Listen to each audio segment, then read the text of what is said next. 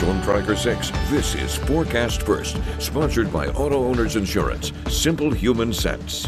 Well, our map is turning purple, and that means temperatures have dropped down into teens to single digits in many spots. Michigan, though, and areas to the southeast of the Great Lakes have been sheltered because of the lake water, keeping us in the mid-20s to low 20s for our temperatures this morning. Now, that is giving us some lake effect snow, which could start to move into mid-Michigan, but there are better chances for snow headed our way. We'll discuss those as 6 News This Morning continues. WLNS is here for you with 6 News This Morning. Well, nurses at U of M Health Sparrow Hospital are demanding a new contract and have now set a date to strike if they don't get one. Good morning, Mid-Michigan. It's Wednesday, January 8th. I'm Jorma Duran. And I'm Megan Vaselli. Thank you so much for joining us. 6 News is here for you now with this morning's top stories. Unionized nurses and healthcare professionals at the University of Michigan Health Sparrow will start a 5-day strike at 7 o'clock in the morning on January 20th. This gives the hospital about 2 weeks to negotiate and maybe prepare to go without if they can't reach a deal. Despite some progress, the union of about 2,000 nurses and healthcare professionals says they're still unsatisfied. In fact, organizers have even filed charges against the hospital with the National Labor Relations Board, claiming unfair labor practices and a pattern of bad faith bargaining.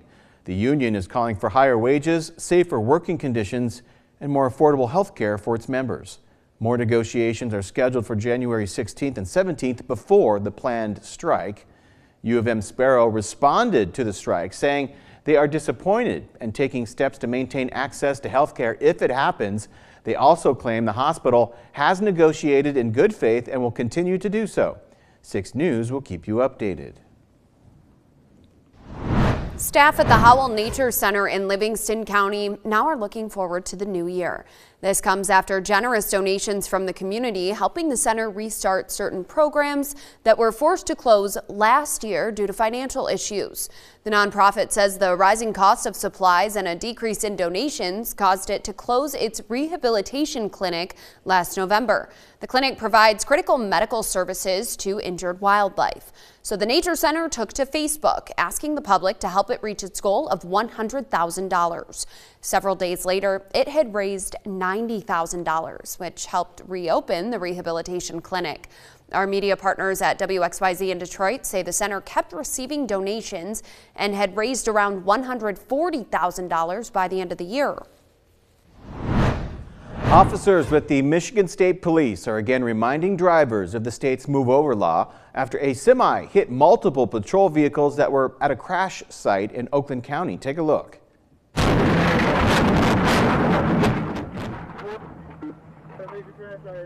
Michigan State Police released this new video showing the crash that took place on I-75 in Royal Oak.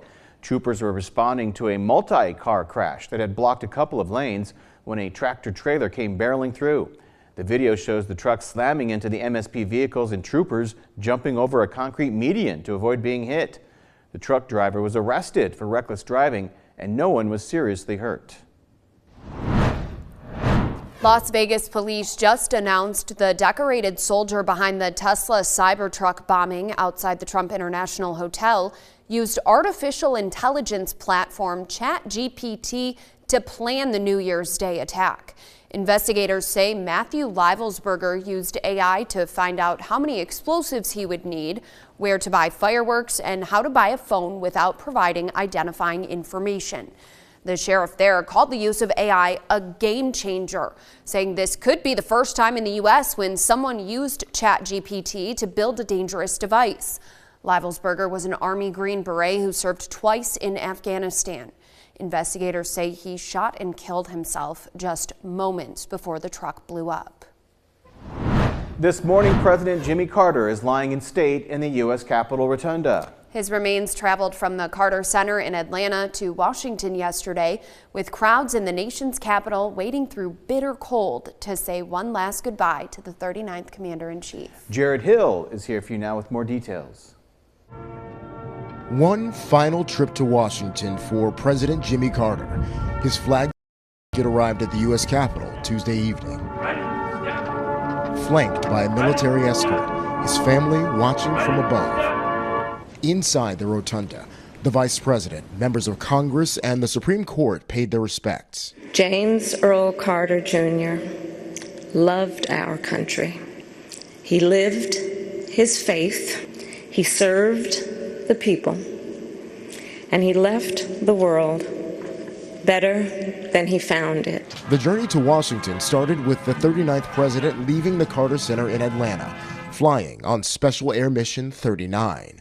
Carter, the only president to graduate from the Naval Academy, had his remains transferred from a hearse to horse-drawn caisson in front of the U.S. Navy Memorial. The procession, with his family walking behind, a nod to 1977, where Carter started the tradition of presidents walking during their inaugural parade. This day, crowds braved D.C.'s freezing temperatures for one final look. A very moral person, a very trustworthy person, and I think within my lifetime, a unique president. President Jimmy Carter will lie in state in the Capitol Rotunda for 36 hours. The public can come and pay their respects to the 100-year-old Democrat from Plains, Georgia, before his national funeral on Thursday. Jared Hill, CBS News, Washington. From Storm Tracker 6, this is Weather on the Sixes, sponsored by Auto Owners Insurance. Simple human sense.